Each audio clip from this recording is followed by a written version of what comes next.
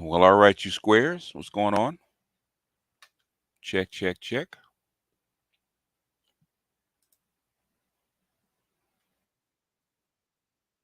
Okay, sound good. And as always, before we get started,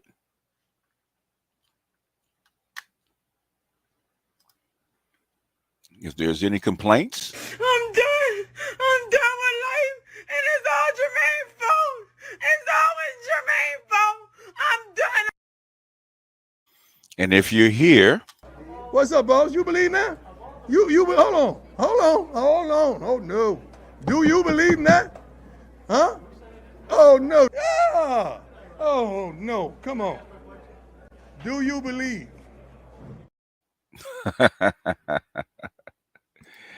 all right, we're going to get started. Say hello to some people. First, I want to acknowledge some of my donors from yesterday that generously donated to the Cash App. Salty Balls, as always. Thaddeus, as always. Gregory, Joseph, Cornelius, and that was it from yesterday. Okay. Just want to make sure that I didn't get a chance to thank people yesterday, so I want to make sure up front that I go ahead and thank people. And I'm sending this invite out to my cousin real quick.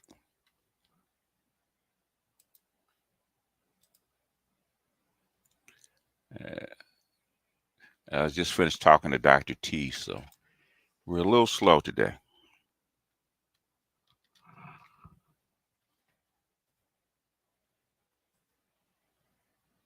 All right. The invite went out to cousin T, so let me start welcoming people as we get ready. Adric, what's going on? I'm listening. Forever blessed. Lewis, what's up? Yeah, I saw it. Okay, for behind the wall. Okay, yeah, I got it. I just have to go through it. Interesting stuff, though.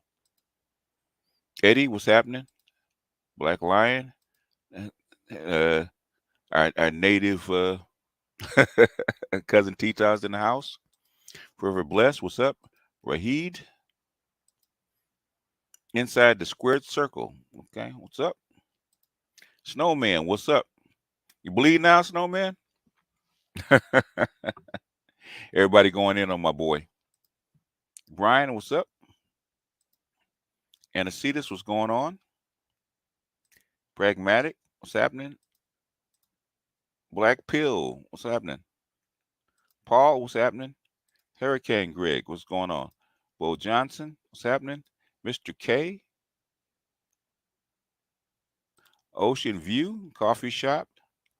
Okay, where you at, Ocean View? What the? Are you where you at in the world? Supreme Pivot, what's happening? Shannon, what's going on? Hey, Officer Charles, Sergeant Charles, excuse me. Let's see. LXST, what's going on? Poor Man's Passport Guides, what's happening? Eric, what's going on? Let's see who else. I think that's it. La Jolla. Oh yeah, I love La Jolla, man. It's nice. It's a nice little spot, man, outside of San Diego. It's a little nice little suburb. Bring the cutting on up.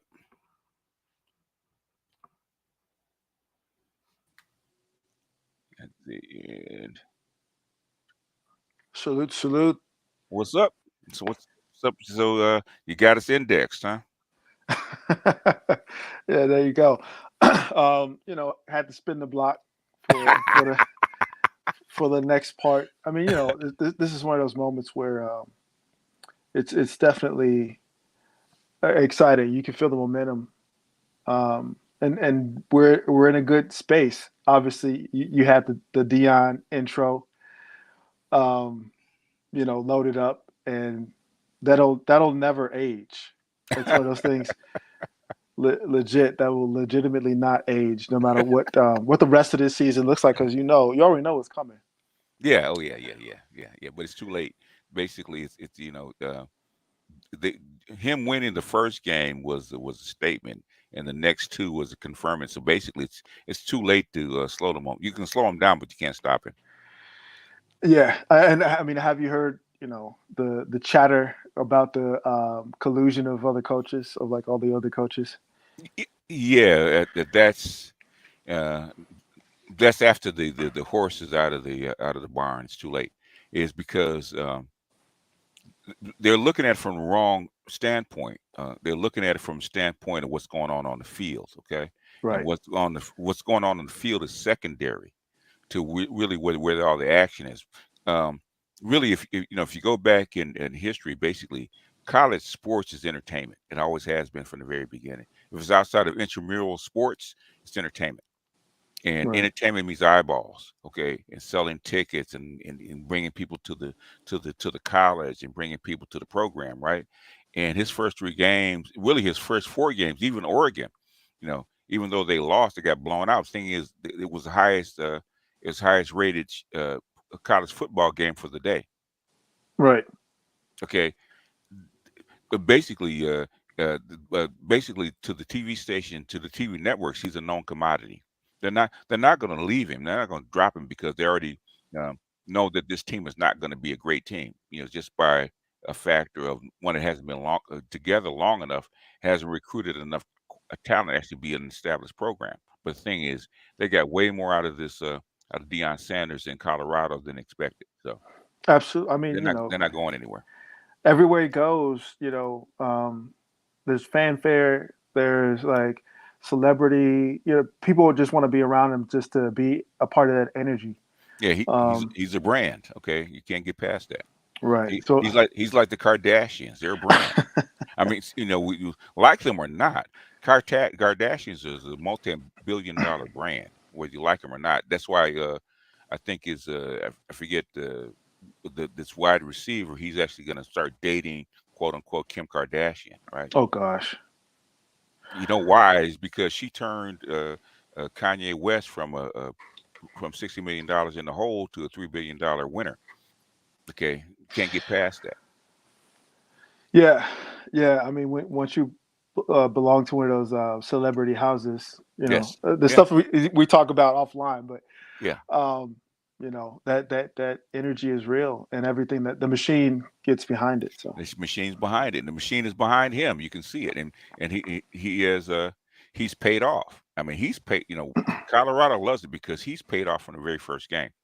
right, right. The That first 18 game, million. yeah, the 18 million plus the I think it was like 7, almost 8 million people watching on Fox. Okay, and then the eyeballs just increased. And there's something I think I talked to you about it yesterday that I'm actually going to play from this guy that actually does a sport podcast on YouTube. Right? He said his wife never watches football, but Mm. his wife watched that game. That means you have, it's like the Super Bowl. You have non-fans that are interested in sitting down and watching a football game. Okay, Right, you can't. That's something you can't get past. Okay, you can't make that up. and we're not even talking about the profiles of the players. Right. I mean, you've just increased their stock value for the name, image, and likeness Yes. clause. Yeah. So even the bench players are like, "Thank you." I mean, that's pretty amazing right there. Yeah. Yeah. You can't ignore that. Because it's especially when you have you don't have gatekeepers like that. Uh, I mean, their game. I think the game. This game was actually one of the most streamed games on YouTube. Okay, it's Uh, streaming. We're not even talking about the viewers that were actually watching on broadcast TV. We're talking about streaming games. Okay, right. yeah. I mean, imagine USC. Well, ooh, well, I think USC was hoping that they would beat Oregon. Okay, Oh, really? yeah, hey, in other words, the hype train would only get bigger. So by the time you got to Oh, to, okay. to USC, guess Yeah. what? Yeah. You know, Yeah. you got all the attention on you because people are really wondering how good this team is. Okay, Right. But I mean, that starts to create pressure. yeah, of course. um, and being an athlete, um, no matter how talented you are, no matter how well trained you are, that pressure is something else. It can change the outcome. Yeah, yeah, because because basically, and this is something, that's why I always go back to Jung, right? 90, basically neuroscience say the same thing. 96, your consciousness is only like 5% of your brain, okay, of your neural system. Okay. The rest is emotional. So that pressure and that nervousness has way more effect on people than you think. Your ability to focus and think and react. So that's why stars handle the pressure better. That's why they rise, even though they might not be as talented as some other players, but things that can handle the pressure. Right, because they've received the rights, and I don't want to use that language just yet, because that's a segue into page 11 and 12 of the introduction. But I'll try to hold back my anticipation, because this this section, Hmm. of this book really ties in a lot of conversations that have been had in and around this space, Hmm. in terms of what's necessary to address. When we talk about specific elements of development, when we talk about specific actionable areas that can be uh, looked at and amplified and put into practice. This next section that we're going into today really is going to cover some of those things. All right. All right. With that, we'll go right into it. Okay. This is matriarchy or gynocracy. In fact, me and Doc were actually talking about this before I got on. Uh, the difference, Hmm. and in a matriarchy, in a traditional matriarchy, actually they put the women's council actually put a man to represent them. Okay. Right. Okay. If you look at any matriarchy, traditional matriarchy around the world, when it goes to dealing with outside tribes or any kind of law or something like that, even sometimes even judges, right? They put a male in place. Okay. They, and then, but it's a female council that controls that male. In other words, they can replace him at any time. So a chief, if you go back and look at the nation of Iroquois, right? Because I actually read over that, right? Uh, the chief's council is actually representatives actually put in place by the female council of each tribe as their representative. That's the traditional matriarchy. Gynocracy is direct rule because our women, like four out of five of our politicians are female. Yeah. Are always are always more educated. Uh, they've always owned more houses, blah blah blah, and they've been put in charge over the family from the very beginning. That is the difference between a matriarchy and what I call a gynocracy. Okay. See, it's one thing to present information that gives insight in terms of male, female, masculine, feminine dynamics. Right. But there's another thing about, and we touched upon it yesterday, when you present something to someone who has a purview Yeah. that it's all male, all masculine all the time, and now, especially with the difference between matriarchy or gynocracy, Right. the inclusion or the historic inclusion of women, their thoughts, their opinions, their position Hmm. on things, um, it's triggering for a lot of guys, a lot of men who do not have the experience actually talking to women, talking to intelligent, wise, reflective women Right. who actually have insight that you can leverage into, a positive or successful system. Hmm. A lot of guys are used to the sort of the adversarial dynamic that's put or pushed in a lot of spaces. Hmm. But I mean, and that's another great thing about this document, is that we have this perspective that is not only humanizing us men, but it naturalizes our relationship with our human counterparts. that are Right. women. Right. So Yeah. It puts it in the framework, because we it's like a fish being in water. You're swimming in something, you don't know what it is until you get outside of it and look at it from a framework. So actually looking at the structure of what we actually exist in, which is, people don't understand when you actually explain it until you actually run down the tenets of it. And then once you start running down the tenets of it, people say, "Oh my God, I never thought of it that way." Yeah, never looked at it.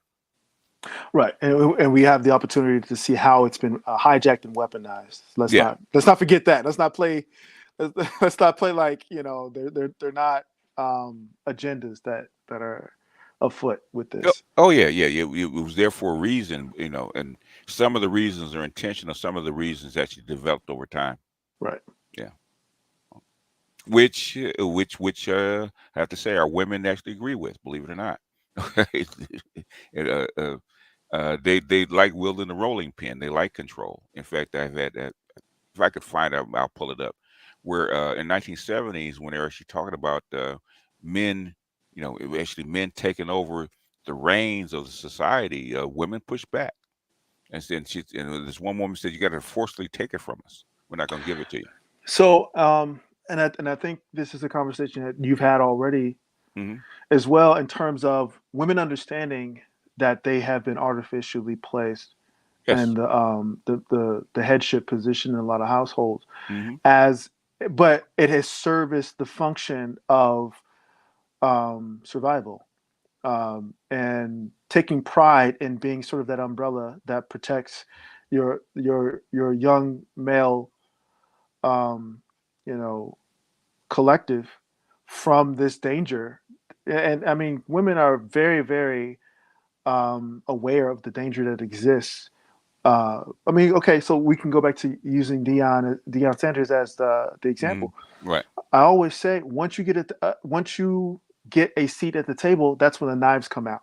Yes. So when you say um, who's in a leadership position within a community, just that comes with that should come with the caveat that okay, those who are put in leadership are going to be tested.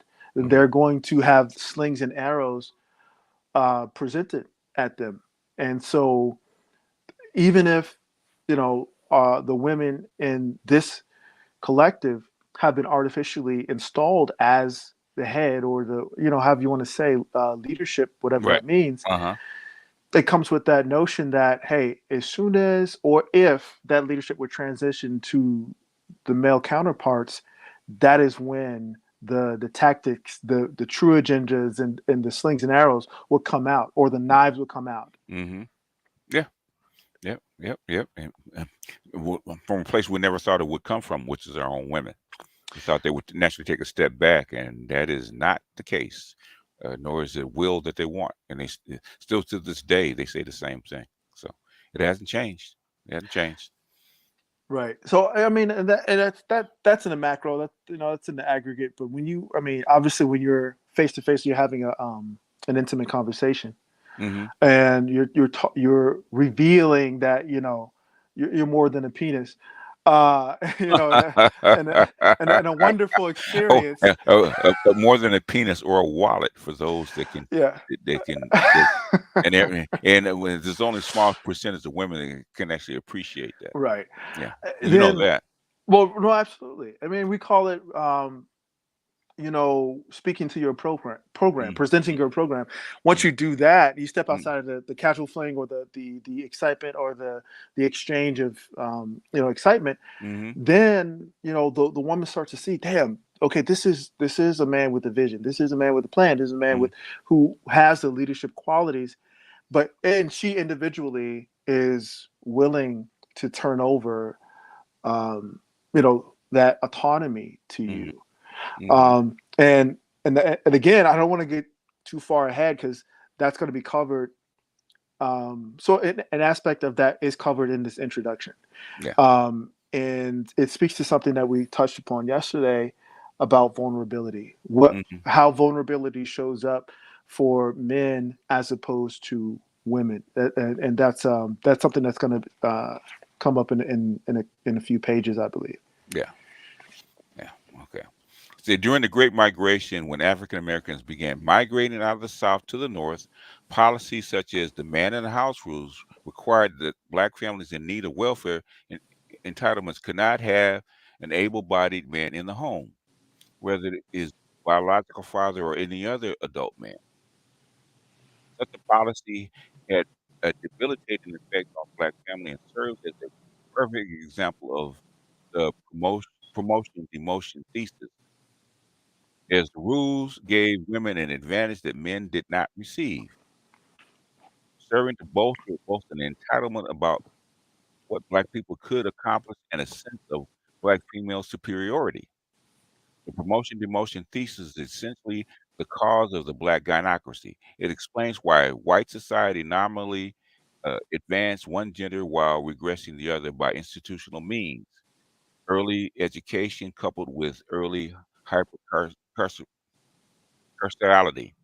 crippling the community. I think they talked about the third graders and Yeah, the school to prison pipeline. using pipeline. Yeah. A matriarchy differs from a gynocracy in a very simple way. The former centers mothers as the central agents of the culture, while the latter senses females across familial roles, which is very true. In other words, basically, women are about connection, and they promote males to do other roles in a matriarchy. That's a difference. We just talked about that.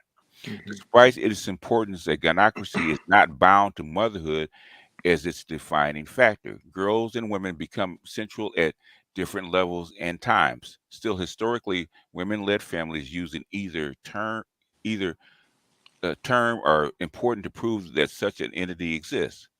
But I am not the first to address this. Reverend Dr. Martin Luther King referred to this when he observed, so because the institution of marriage had been illegal under slavery, and because of the indiscriminate sex relations, often with their white masters, mothers could identify their children, but frequently could not identify their children's fathers. Okay, which is the original thing before a father's role was unknown. You know, was known. That was actually the reason for the original matriarchy, because you know what, and in fact, they still do that on the continent in a sense. Okay, when they actually trace the lineage through the maternal line. We were actually talking about that earlier too. So Yeah, yeah, mother's baby, daddy's maybe. yes, yes. Moreover, the women being more generally in the house and charged with the care of the white master's children were more often exposed to some education and, in a sense, though minimal, of personal worth. Hence, a early matriarchy had early developed. After slavery, it persisted because in the cities there was more employment for women than for men. Very true. Go read the Philadelphia Negro by Du Bois. Though both were unskilled, the women could be used in domestic service at low wages. The women became the support of the household, and the matriarchy was reinforced. The male existed in a larger society dominated by men, but he was subordinated to the women in his own society. The quest of the Negro male for employment was always frustrating. If he lacked skill, he was only occasionally wanted because such employment as he could find had little regularity and even less remuneration. If he had a skill, he also had his black skin, and discrimination locked doors against him. In the competition for scarce jobs, he was a loser because he was born that way. His rage and torment were frequently turned inward because if they gained outward expression, the consequences could be fatal. The Negro father became resigned to hopelessness, and he communicated this to his children. Some men, unable to contain the emotional storm, struck out at those who could be least likely to destroy him. They beat their wives and their children in order to protest the social injustice, and the tragedy was that none of them understood why the violence exploded. And that was King in 1967. Hmm. Okay. This text argues that the Black Gender Code War is an extension of the matriarchy King refers to as having been developed in slavery. Black women's shift in worldview after the influence of feminism in the late 1960s and the breakup of the Black family are mostly a product of policy. But its policy has socialized black women to assume leadership in families and communities and somewhat ignore how their status came to be. It has simultaneously socialized black men to be to serve as subordinates. That's where the CompuServe comes in. You know, sex and resources, right? And go back to I always refer back to fences because that's the 1950s family that we thought was so patriarchal, right?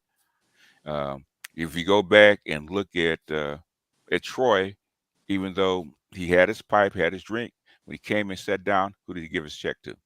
Right.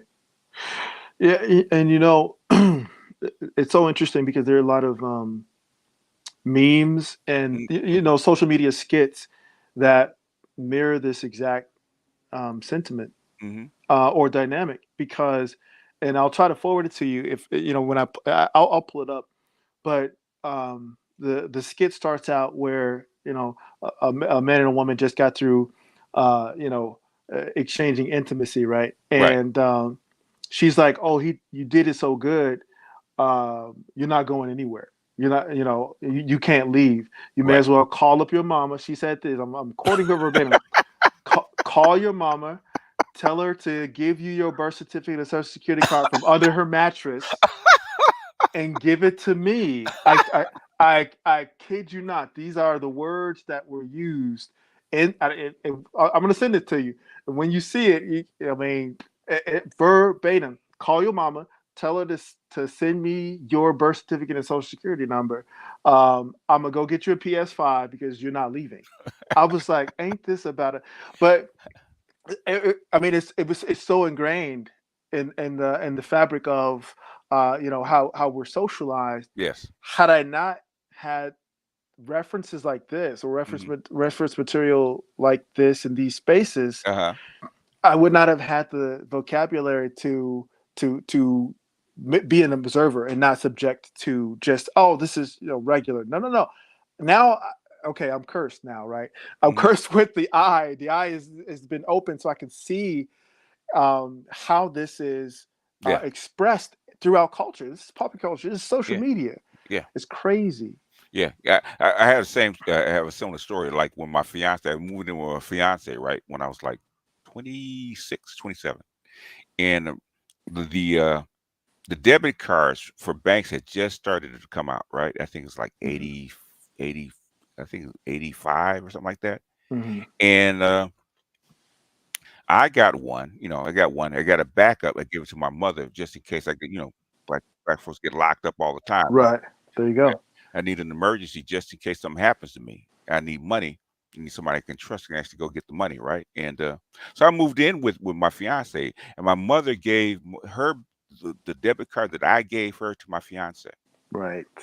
And what she said when she gave it to her, I was looking at her. She gave it to her. Okay, okay, he's yours now. You got to take care of him. Oh. In other words, is my mother handing over control of me, even though I'm a grown ass man with my own career, my own job, and my money. Okay, she says that to my fiance. Mm. And fiance accepted the card just like it's normal. I'm looking like you didn't even ask me whether she could have the card or not. Right. I had nothing to do with it. I was like I wasn't even there. Now, and so in this moment of reflection, Hmm. right, Hmm.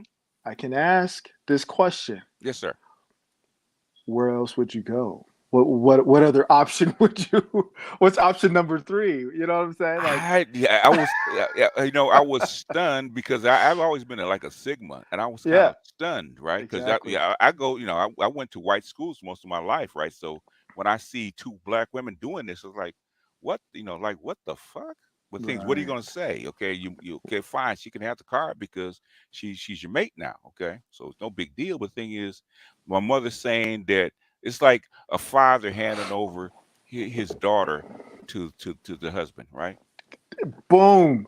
Yes. Listen, you just verbalized the whole of the conversation right Yeah. there. Yeah. This, but so the appropriate answer would have been establishing a trust and putting the debit card in a safe deposit box that would be Yeah. removed upon your entry. Yeah. Yeah. I mean, but in the circumstances as they were, without that option being on the table, Right. yeah, it would go from your mother to your fiance To the next handler, huh? to the next. I mean, okay. I mean, are we gonna be real about it? Are we gonna keep it real, or you know what I'm Yeah, saying? I thought that it was that very instant. It shocked me because it never occurred to me before. I mean, it's yeah, and so this has to do with the revealing, and Hmm. so this figures into the vulnerability. This is why when I read Wadley's forward, I'm like, that's deep. When Yeah.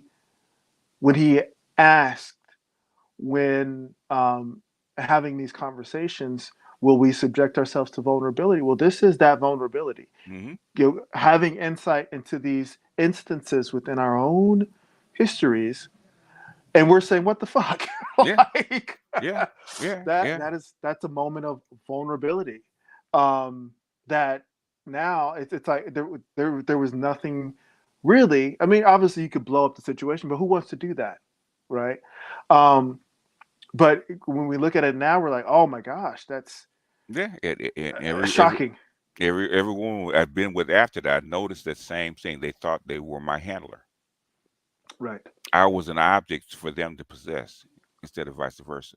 That's where all the power struggle came in between me and them.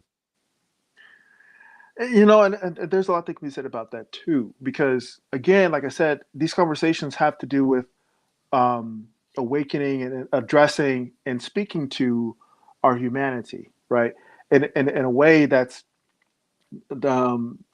has not been historically spoken to. And so when we analyze those situations, um, now we have to add nuance. Now we have to add uh, more dimension to Hmm. it, and that's what these books or these documents allow us to do.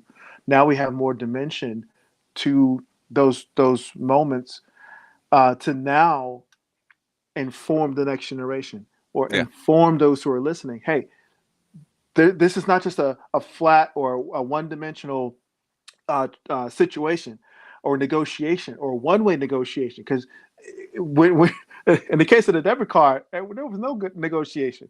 No. No, it Like, wasn't that way. Hell, man. You know what? I was, I'm still kind of salty about that. I can't tell you. right, right. But I mean, it's a testament to this work. It is a testament to this work. So there you go. Yeah. Yeah. So let us go forward. Now that I just brought it up, man, I'm still salty. Some Oh, 40 look, years, look, look, some look. some 35 years later, I'm still salty, man. Oh, and it gets better. Keep reading. Oh, we got some more. We got some more. Okay. And say through poverty and drugs, limited opportunity, and more, black males have already been socialized by lack to play few roles in society outside of those prescribed for them, such as athletes, entertainers, criminals, or prison laborers. That some have found uncelebrated success outside of these societal tropes is remarkable and goes against our programming. Hmm. Indeed, it does. In fact, we actually talked about education, higher education for boys. They always interfere with, oh, they just need trades. Okay, Mhm. it goes outside of the programming. Okay. The impact of misandric policy. Like several key policies, the man in the house rules played a significant role in breaking down the black family, leading especially to the single parent epidemic of female headed households common in black Americas starting in the 1970s. But this policy is not isolated. To reflect how policy has radically shifted the black woman in the the way the black women and men experience daily life in America, the following policies further split the black gender experience. Poor black women could more readily uh, get access to Section 8, cash aid, tax credits, supplemental security income, SSI, child support, transportation allotments, clothing allowances, diaper allowance, free child care, free medical insurance, free gender-based mental health support, supplemental nutrition assistance, SNAP program, uh, food stamps, the special supplemental food program for women, infants, and children, WIC, child nutrition program, subsidized housing, housing vouchers, public housing programs, medical insurance such as child health insurance program, CHIP, temporary assistance for needy families, TANF, uh, no cost internet through the Affordable Connection program, earned income tax credit, uh, the Lifeline program run by the Federal Communications Commission for discounted landlines and cell phone service, federal public housing, uh, uh, federal public housing, and where am I? Okay, low income home energy program to defer utility bills. I said, so basically, he just went through a laundry list of benefits that black women get or Yeah. get that black men don't have access to. So a poor black man and a poor black woman are not the same. Right, and you did a great video on just that, counting the costs. I think, Mhm. what was that number you came with, 62,000 a Yeah, yeah, year in yeah. subsidies, or In subsidies, yeah, up to yeah, the incredible, welfare cliff, yeah, incredible. which actually was found by a white man. Shout out to Dalrock Okay. when actually talked about the welfare cliff back in 2012, I think it was. Yeah, so he was actually the first one actually highlighted. So, and so it's been a topic ever since. Furthermore, middle class black women have had greater access to kindergarten to high school, college track curriculum. They avoided special education. Um, they have free college tuition, financial aid, Pell Grants, college grants, child care, investment from private companies in white collar trade employment. Goldman Sachs, 10 billion. Anybody? Um, uh, greater white collar job access than black men, 64 to 41%. Increased child support, greater percentage of income versus state distribution amounts. Greater graduate school access, corporate internship programs, ability to run for office, okay, due to increased education, and a small entrepreneurial support earmark for black women, especially during the pandemic. White and black women um, benefit from reduced criminal sentencing by 63% compared to men who commit the same crimes. Note that the 63% was in relation to men in general. So black male criminal sentencing rates are far worse for black men. Uh, okay, black women may not benefit from the following programs to the extent white women do, but they still have access to offices that have no male counterpart accessible to black men. Gonna go through a long list. Yeah, yeah. I just earmarked those lists as great references in case somebody asks you, okay, well, what are you talking about? Well, prove it, right? Yeah, These are the proofs here. and these are, I mean, that's just in 2 pages and what he listed out. That's an enormous advantage for anybody. Okay, for anybody. Yeah, and obviously, I mean, there were a lot of references here that I had no clue Oh yeah, yeah, even existed.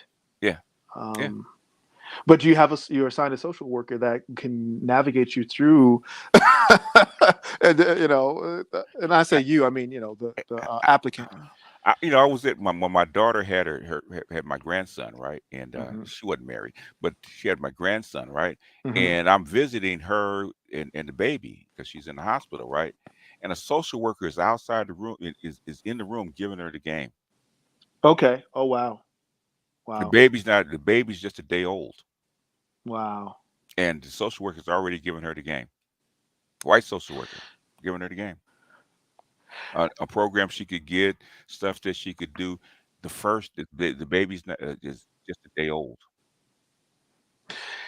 And so, and again, I want to restate, because Mhm. I don't think it can be overstated, that this is just a glimpse of the tidal wave Hmm. of subsidies and advantages and um, boons that are provided to women.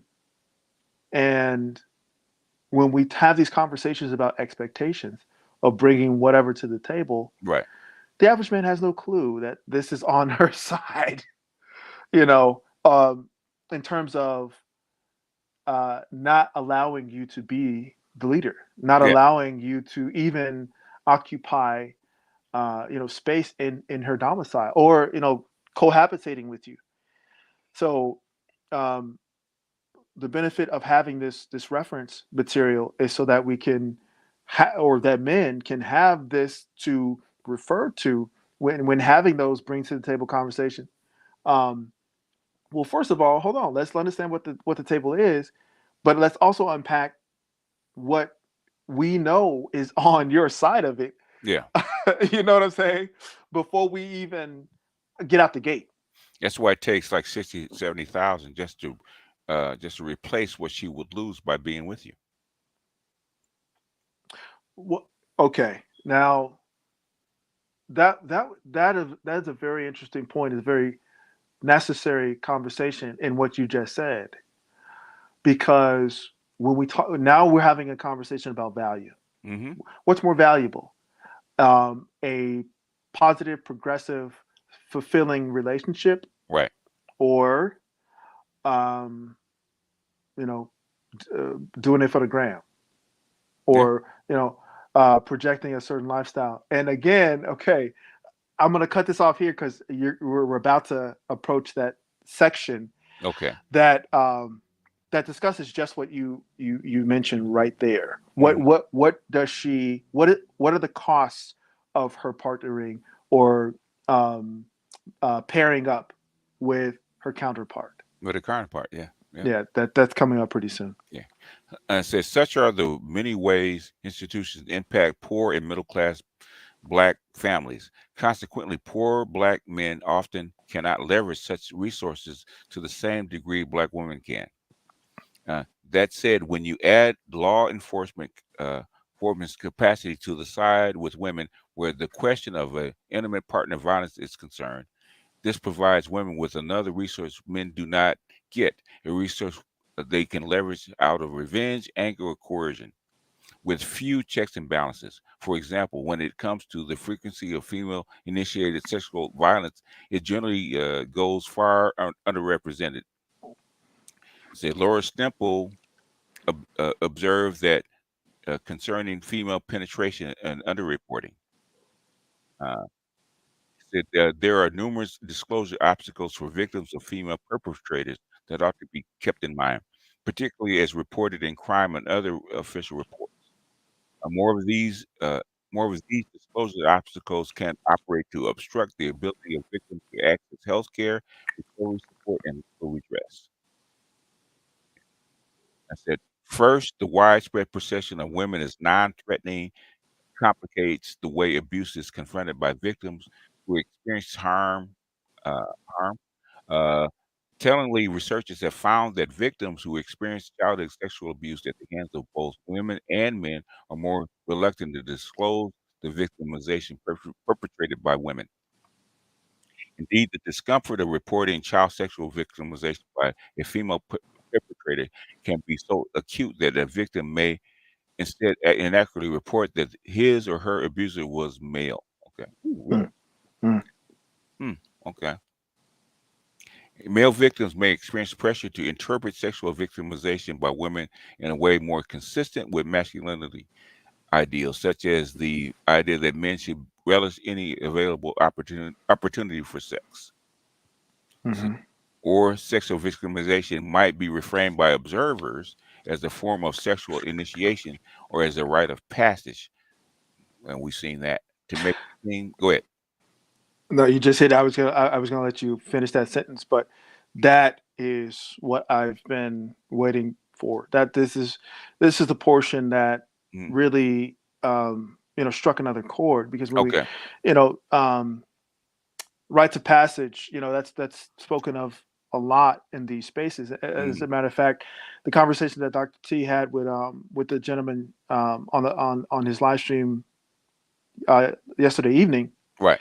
had to do with how do you establish a new rites of passage. But um, the reason why this is so powerful and so important to note, not only because it's this um, permutation of an ancient sort of ceremony, to some sort of movement from boyhood to manhood. Hmm. It it is weaponized. Obviously, when we talk about young boys being victimized, basically, Right. and um, the whole structure, not only the victimizer, but what it's saying, other boys and older adolescents and men Right. repositioning because it's female initiated, repositioning that as some form of a rites of passage, and immediately, and this is why I index. Okay, this is why I index when I read these texts. Immediately, I was sent back to page 27 of the Man Not. Mm. Okay, Mm. page 27 of the Man Not, and this ties in to when we talk about what happens to black men in corporate America or in um, colonial structures, right? Really briefly, really briefly. Paragraph 3, it says black boys can become a man, or a black boy can become a man only by understanding and accepting the prevailing structure of sexualized racial difference, which is to say, by accepting his social castration, failing which he will have to face possibility of his literal castration. Mm. So when we talk about this sort of disfigured, um, this malinged rites of passage for black boys in colonial structures, Hmm. this covers many texts. This covers many reference materials because it's such a pivotal part of young boys and young men's development. And so, of course, I got to take it back to the game aspect. When we're talking, when we're coaching and we're mentoring, we're having the conversations with men who Mm. can't really understand where their frustrations are coming from, who can't understand why they can't connect to women, who can't understand why it seems so difficult that there's this barrier. We start to unpack their childhood. We try to unpack their Yeah. history. Okay, when was the first time you had sex? What's your religious background? What was your parents' view? How Right. were you? What basically what is your relationship with sex? Hmm. And it's something that comes up over and over again because you're not going to be able to spit your game. Okay, spit your ism to the type of female that you desire to acquire if you don't know who you are. And Right. you cannot know who you are if you do not have a understanding of what you have been through. Hmm. And these this disrupted, these malignant rites of passages are what service the the states of arrested development and us and our boys and our young men and our men, and Yeah. their frustration comes from the lack of understanding. Yeah. Yeah. Those are the pillars that your psyche's built on. Precisely. Yeah, and your worldview determines what kind of game that you're going to spit. Can you accept a high body count woman versus one that's not? Okay, a lot of guys can't accept it because their worldview will not accept that she might sleep with another guy. It's Yeah. Well, so yeah. I mean, hey, if you want to go there, we can go there. I well, mean, yeah, that. it's probably outside the scope of this conversation. Because I have that conversation all the time. Like my woman, the woman would cheat on everybody except me. Okay. Yeah, what does that mean though? What does it mean to cheat? Yeah. Right? How do you know that you don't have the capacity, the mental, the social, the emotional capacity um, to have a polyamorous dynamic within your structure? Yeah.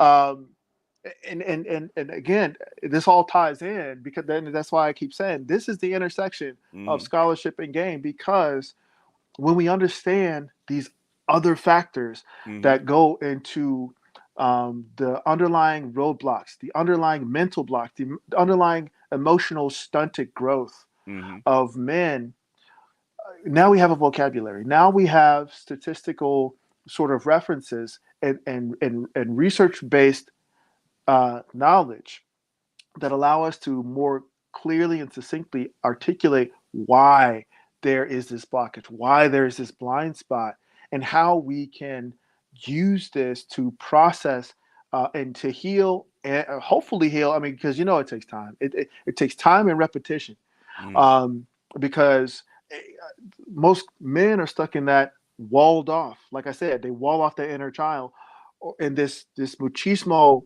posturing, to whereas again they well, okay, so when we're coaching, when we're having a one-on-one conversation, Mm-hmm. as a mentor, as a steward, as a teacher, you know how to get to that vulnerable space Right. with within your mentee or your student, be it a male or female. You just have the repetitions, you have the experience, right? So we know how to get to that space of vulnerability, and it's our hope and it's our desire, um, that we reach that space first, that we reach that space before the wrong woman does, so that we can prepare the men for uh, what they don't know. They Yeah. simply don't know what they don't know. Yeah. Yeah. And throwing off some of that programming Oh, the programming is deep. is deep. Yeah. And it's so subtle. In fact, women that give it to you don't know that they're actually giving it to you. They're just repeating what they've learned. Right. Yeah. Anyway. Okay. Where we rites of passage to make it seem benign. In some cases, male victims are portrayed as responsible for the abuse. Mm, mm. Okay, I have to call him later. Have to call him later. So can my uh, grandson's teacher, or principal, I should say. Uh-oh, there you I have to call him later. go. Okay. Um, It says some scholars have speculated that the reluctance to accept female uh, uh, perpetration may stem from the fact that this would destabilize understandings of safety because women have already accepted the idea that men pose a sexual threat.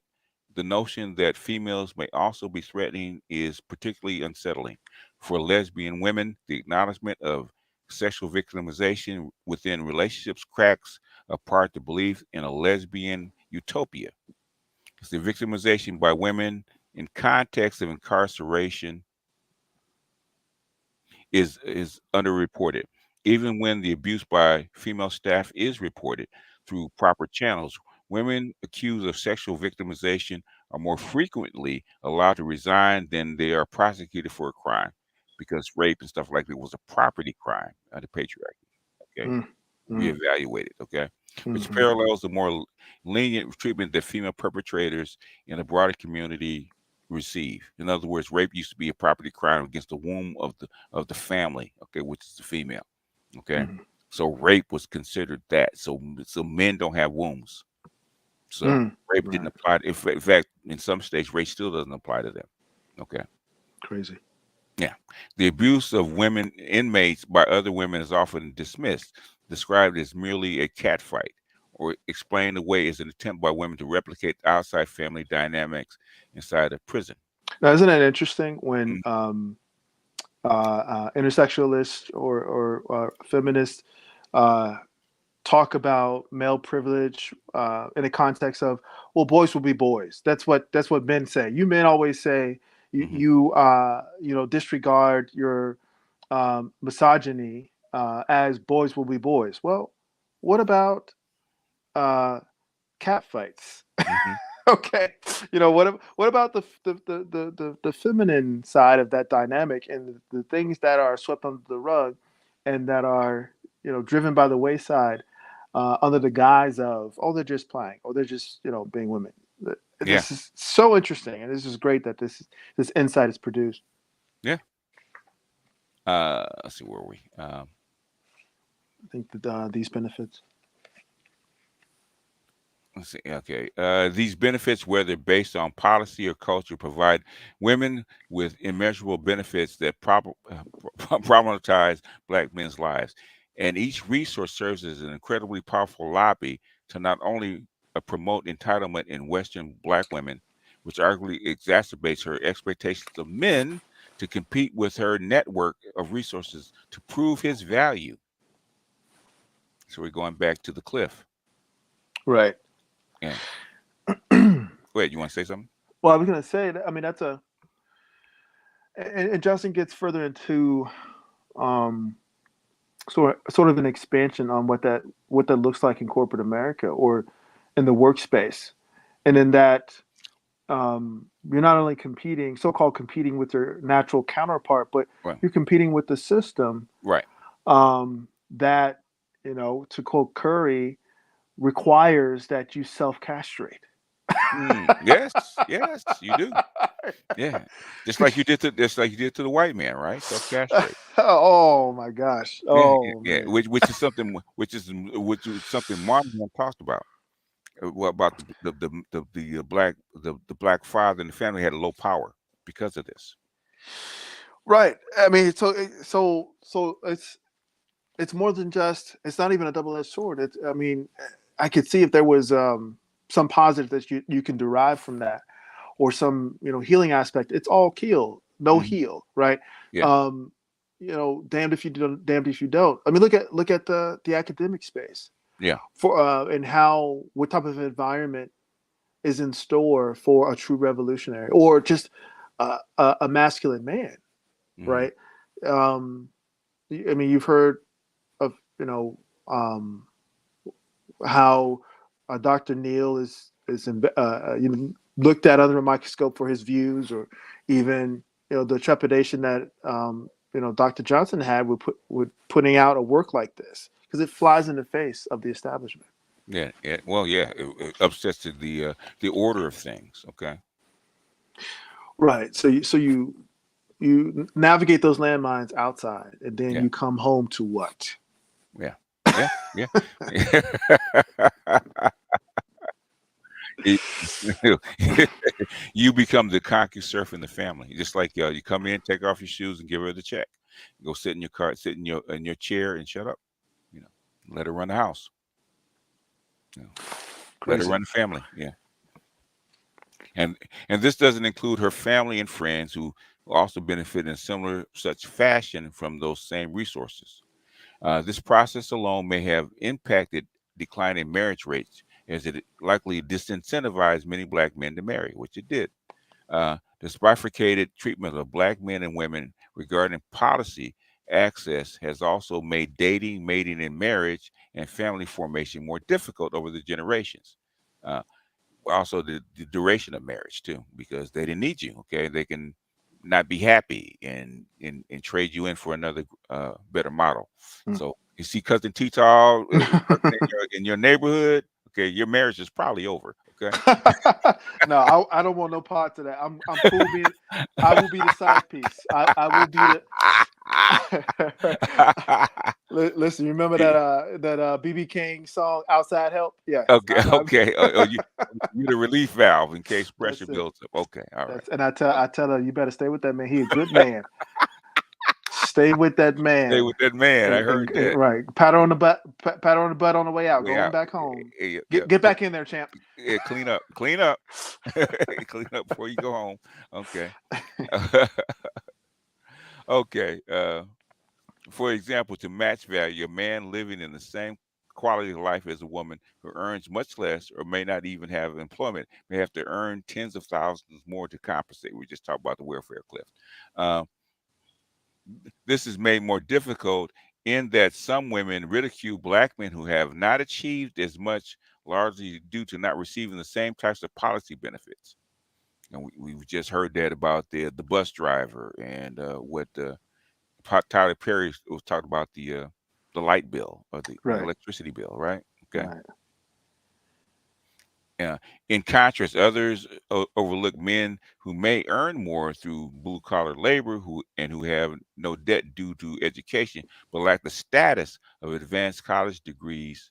Thus, most black men are often expected to meet unrealistic standards to be considered worthy of dating and have to be in the top 10% of all earners making over $100,000 per year to be considered valuable candidates. Considering the state of black wealth and the absence of inherited black capital, this is a monumental task for the average black male. In fact, we were actually looking at the black demographics. Most black males that are single, that earn over 100K are like 4%, Hmm. 4 to 5%. So it's not even 10% as far as single. Okay. Crazy. Uh, Such leads individual men to Hmm. compete with the government for too many women's favor, creating problems that some women have voiced issues with not finding them men on their level. We hear that all the time. Yet, without acknowledging her advantages, the dismissal of black men due to status is skewed due often unobserved entitlement or unearned sense of social superiority in the public sense, especially in the media and education among many black women. If we Most black women think they're superior to you anyway. Okay. Yeah. And this is sort of the first um, description or the lead into the social promotion demotion thesis, right? Hmm. Um, and I think that this is at the crux of a lot of conversations, but it's not verbalized. There is this inherent assumption that a woman who is earning more than a man or has a so-called higher status with a degree or whatever her career is, if he's blue collar, she's white collar, whatever, there's this assumed demotion of status socially Hmm. that a lot of women can't bring to bear, which is interesting Hmm. because it's all artificial, Yeah. in the bigger scheme of things. And I mean, but it's powerful. It is extremely powerful. And this goes back to the other side of vulnerability. We've talked about what male or masculine vulnerability looks like. Um, the inner child that has not been integrated into the inner self. But when we look at the female side of vulnerability, words like submission comes up Hmm. because when you juxtapose submission with status, it's oil and water. You're throwing water into hot fish grease. Okay, Hmm. Yeah. there's going to be an explosion. But most of them don't realize, like you said, it's subconscious. It's one of those sort of intuitive things where women look at and survey the social landscape and they say, well, this is my place. This is what I have offered out to me Hmm. because I am a black woman, or however you want to position the point of intersectionality. This is what she would give up, so to speak, quote unquote. Hmm. These are all air quotes. Again, if she chooses to align herself, attach herself, to pair with a black man Yeah. who could be a great person, who could have wonderful character, um, have a job that sustains a household, and all those great checks on the box, Right. but it doesn't necessarily have the so-called status Yeah. or stature in this, the prevailing social order. And in other words, it's classified. It's Yeah. caused by education. Yeah. But so okay, so I mean, mentioning class, we're talking about not only the difference in output Yeah. or social class. We're talking about social status, Yeah. like the difference between white and black. Yeah. So if we're talking about the separation of class or bifurcation of black woman and Hmm. black man, akin to the separation of class status of white and black, now we're having a broader conversation, Yeah. which is crazy. That's why it's people. That's why we need books like this. Okay. Yeah.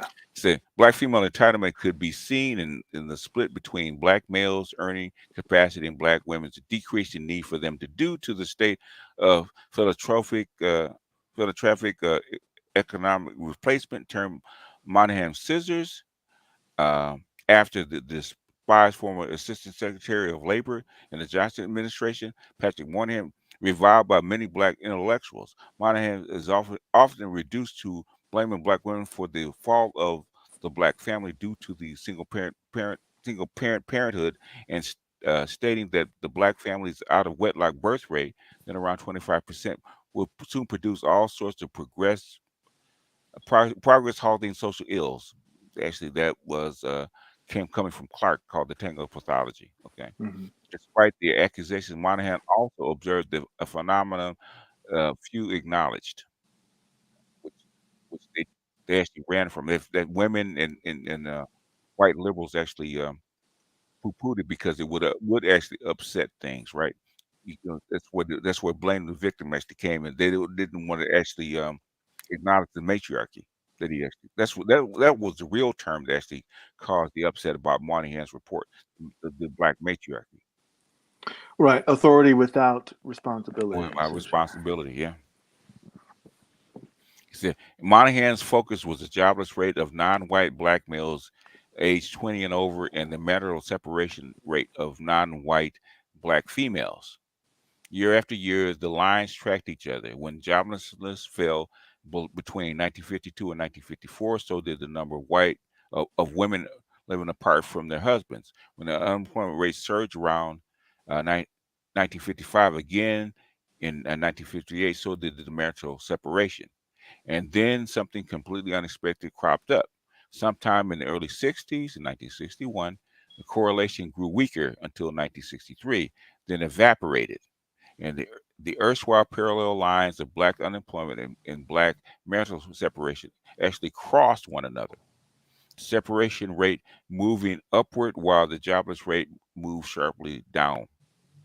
Uh, and to this day, Monahan says he doesn't know why or what precisely it means, nor does James Q. Wilson, who fascinated dubbed the cross lines Monahan scissors. Hmm. We understand it now very well, which Clark kind of put it in context. In fact, that's why I played that video about that woman uh, on welfare. She said they gave us enough to say fuck that nigga. Hmm. You know, so that's what you were seeing when they got enough money or got a replacement for the black male. Because of the structure that we were built upon as far as the slave plantation, she didn't need us anymore. She replaced us with another father, in a sense, another father provider. So when we look at um, dynamics like that, Mm-hmm. um, I mean, it's very layered, it's very textured and nuanced. Mm-hmm. But that outburst, Mm-hmm. you know, or that quotable, Yeah. welfare gave us enough to say fuck that nigga. Yeah. Where does that come from? What place does that come from? Is that coming from a need for catharsis under not being able to unpack all of the generational traumas? Does it come from, you know, um, a desire to hold on to whatever little power they attained? Mm-hmm. What do you think that comes from? It comes from a couple of things. One is the need to hold on to power, be independent, which is they always wanted because that's what they got in underneath the. Uh, Fraser said that outside of the master's house, right? The master's, okay. She was in charge of the family. She was in charge of her own life and her own family. She was the sole head, okay, and she grew to love that, okay, and that carried over into post-slavery, into Reconstruction, and then Jim Crow carried So over. That's part of it. Yeah. so now are we talking about a dynamic as a form of identity? Yes. Whereas if that dynamic did not exist, you would not know who she is. Yes. Yeah. That's Listen, part of it. That's part of it. And the other part uh is the low level of hatred and contempt of black male that you have been that has been forced upon you. Okay, Right. because coming out of slavery, she has her right to choose whoever she wanted, but actually the white people actually forced black men and black women together to make families. So she didn't choose you. She just like the black man, she was given to you, and he was given to her, and he was a lower class male. And what do women want? They want the higher status male, right? Interesting, and obviously, I don't want to go too far down this rabbit hole, but these are interesting sort of revelations that come from a reading like this, right? Mm-hmm. Mm-hmm. Now so first we've identified head of household as a form of identity, right? Mm-hmm. Um, but now we're talking about um, a resentment stemming from a lack of choice, Mm-hmm. meaning if you don't have the ability to choose your mate Mm-hmm. post slavery, post Mm-hmm. Civil War, Reconstruction, is that what harbor resentment? Yes, it does. In fact, they've said so in many cases. Where, in fact, Bell Hooks said racism is not what's done to black people. The thing is that black men won't marry black, that white men won't marry black women and give them that status. That's racism in her eyes. So and so this is, we're trailing the reasoning here. In essence, when you have somebody who has their identity tied to headship or independence, Mm-hmm. Yes. and they have their low boiling contempt Mm-hmm. out of frustration or resentment from lack of choice, Right. when their counterpart is shown time and time again as the prize culturally for the nation Mm-hmm. on full display in every arena possible, Mm-hmm. the the envy of the planet, Mm-hmm. hip hop, jazz, football, Mm-hmm. science, you name it, Mm-hmm. business. Okay, when we do what we do, when Yeah. we make it do what it does, everybody wants us, Mm-hmm. but the one who is our natural counterpart. Yeah. That's interesting. And she becomes our natural competition. It proves that she's better than us. And that's so those are, I mean, I'm just postulating here. These are just, questions um to approach in some other setting, but And um I'll be in a minute, Mushu. We'll talk about it in a minute, Mushu. I'll be in a minute. I'm online right now. We'll talk about it in a minute. Give me about 5 minutes, okay? All you got the dinner bell ringing. There we go. right. But yeah, I mean, these are very interesting sort of points to unpack. I mean, Yeah, that's striking. It's very yeah, striking. yeah, yeah. I mean, the thing is that it's never. They tried to unpack, like Clark tried to unpack this stuff back in the '60s, right? They got shut down. There's been various intellectuals that try to unpack this stuff. The thing is, it's always been a cap put up by white females, white feminists, and black females. In fact, still to this day, um, like this book is a miracle that it made it out, right? Right, Like right. like Doc tried to write a similar book like many times, but nobody would actually print this until we got enough social pressure and enough social attention to actually get this across. Wow. Like this book is a miracle, okay, Right, that came out.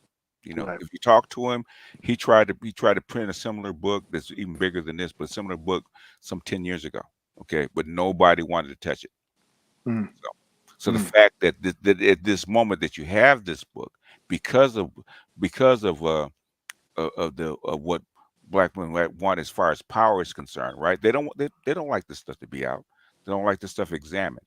In fact, I can't tell you the number of black male academics that have been shut down and censored and Right. sometimes even outright fired because of something like this, because of this kind of information. They weren't talking against women, just highlighting black male vulnerability, which can't be talked about in an academic setting. Yeah. No, it's very powerful stuff. Um, and I'm glad that there's a reference work, excuse me, that contains the elements of these dynamics. Hmm. Yeah, So, that's why this book is very, very important. And we, like I said, this is just the intro. Okay, right, right, this is just the introduction. We've gone, we've gone, yeah, we've gone like almost 3 hours just talking about the intro, like the first 14 pages, because right. there's so much that's attached to these ideas. Okay, like I've done, I can't tell you how many hours on Moynihan Scissors, and then Clark's book, Dark Ghetto, which people should get, which people never talk about Clark's book, Dark Ghetto. Okay, Okay.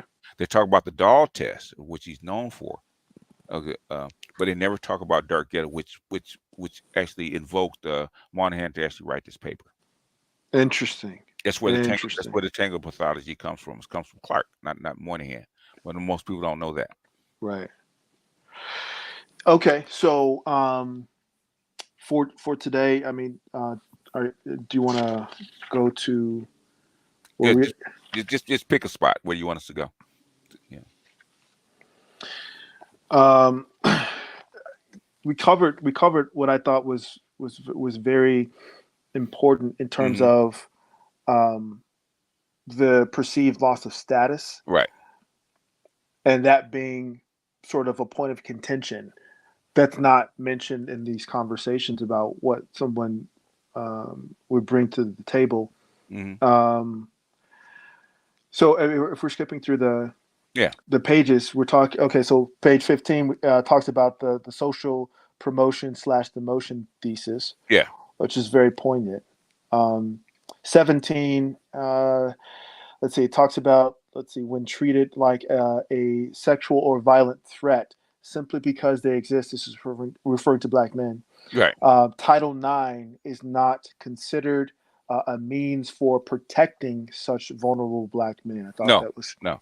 No. It's actually there for women and white. It's actually written for white women more than anything else. But right. yeah. Right. And so that was a major point. The final point that I was going to highlight was page 20, which is basically the end of the introduction. Hmm. Page 20, the quotable from that: the effects of Title IX and the 1994 crime bill Mm. gentrified generations of black women while simultaneously underdeveloping scores of Yes. black men. Yeah. Yeah. Because out of the crime bill, right?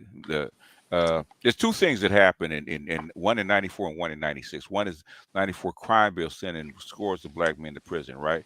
Mhm. And '96 was the uh, the redoing of the welfare laws, right? Reducing the welfare, and so in other words, instead of paying single women mothers welfare, they actually sent them to schools by giving them grants uh, and what is it? Grants and stuff like that to actually go to school and get an education. So this is why you have this big increase in black female education and black female college graduates. Right. Had a huge increase. So women that were lower class, called 85s and 87s, or poor women and working class women that are single mothers, instead of getting welfare and being on a system, they send them to school to get degrees. Which was precisely the sort of spirit of the civil rights bill Yeah, for men, for black men. for black men. Um, it was, I mean, obviously the access to those frozen out spaces, the Right, unions, from the unions all the way up to the white collar right. spaces. But and I don't want to take too much more time, but again, there are stories that are coming out of black men who returned from the wars, Hmm. and who got news of the civil rights bill Hmm. and expected redress. So Yeah. there's this one instance of this chemist. He was a chemist for the military. I forgot what branch, Hmm. um, and he came back and he applied to a chemical plant or chemical company. Hmm. And he was in his interview. He was demonstrating. He started demonstrating how to put the chemicals together to produce the reaction for a fire extinguisher. Right. of all things, right? Yeah. And the plant manager said, "Well, here's a mop bucket. Here's a mop. I need you to go start mopping those floors." Mm-hmm. And the man basically broke down crying. Like, here he is with the skills, the Yeah. established skills from the U.S. military to perform a high level task, Right. but under the civil rights bill, well, we hired you, but it wasn't to be a chemist. It Right. was to be a janitor or Right. powerful sort of commentary coming out of this dynamic. Yeah. And So yeah, well, race is a class. People don't, we're the permanent underclass, or disposable people. So, and we have to rectify with that and actually try to change it, but we have to understand it first. gotta understand it first. Yeah. Have to understand it first. Yeah. Which is why this book is important. Absolutely. That's why the So, first 14 pages are fire. First 20 pages. first 20 pages there.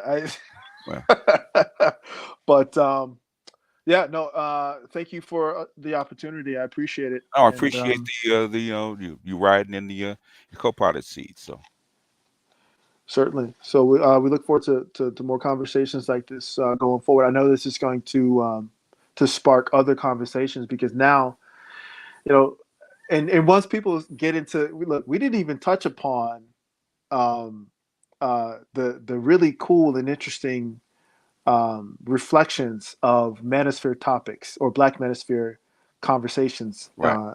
in this book. So highly recommend that people get this book. Yeah. But we definitely had to get through all of the power packed information in the introduction. Yes, can I spoil it? Can I? Yes, you can. Okay, definitely the Kevin Samuels effect is explained in detail, and I was proud, very proud, and I know you were as well, proud of the job that Dr. Johnson did in laying out, his rise, what he Mm-hmm. meant, the impact, Mm-hmm. and just the reverberations of the Kevin Samuels effect in this space and in other spaces globally. Yeah. You, you Um, you can't understand Andrew Tate without understanding Kevin Samuels. exactly. Yeah. And those who are to come, Mm-hmm. further in the wake. So, Yeah. so there Yeah. you are. And he's a martyr now. So which they shouldn't have made him a martyr, but they did. So Right. Well, we call him an ancestor. So, yeah. uh, but there he is, and I know, where he is. He's uh, grateful to have had the opportunity, as I think everybody who's participated in these spaces are. Mm-hmm. Mm-hmm. Yeah. So, Yeah. with that, I will leave this as placed read into the record, right, formally, Yes. and we look forward to more conversations like this in the future. Yeah, appreciate you, cousin, uh, and basically, I think Dr. Gigi is actually going over more of Kimberly Crenshaw's intersectionality. So please go over there and join him. Because There we go. he's trying to unpack all this intersectional feminism that we actually it's actually become a part of the political discussion right now. Okay. Okay. Identity politics is actually built on Kimberly Crenshaw's intersectionality. Right. Okay. Cool. Yeah, Very it cool. is. The LGBTQ, the Latinos, white Right. women are using it. Right. Okay. Intersectionality politics. Yeah. So Gotcha. go head over there and check him out and give him a like. And he's trying to break down this game so we can actually when we actually go forward, actually put policy into place. We have the language and the history and the antecedents to actually get down to the bare knuckle. Most people don't even know this kind of stuff. When you actually go to them, this is where it came from. This is what it is. How you explained it. Right. It's the actually infrastructure, the structure that's actually built upon. Right. Not even close. Not Yeah, even close. yeah. Yeah. Most people don't even know that. So so we're actually building a not only it's almost like a school. It is a school.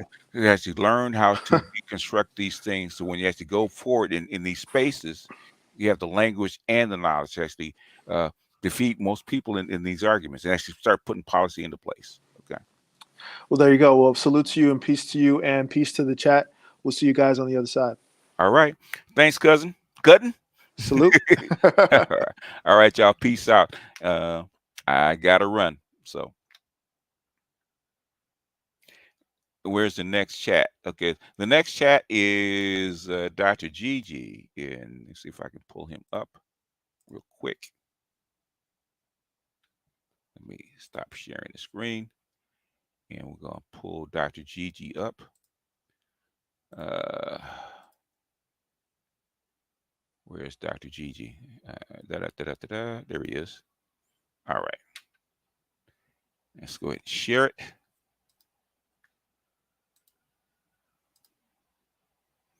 There's Dr. Gigi, and we'll put the link in.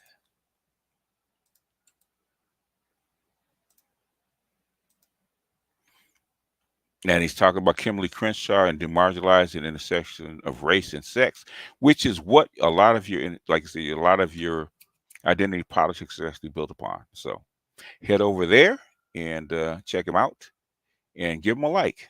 So with that, folks, I will see you guys next time. Peace out.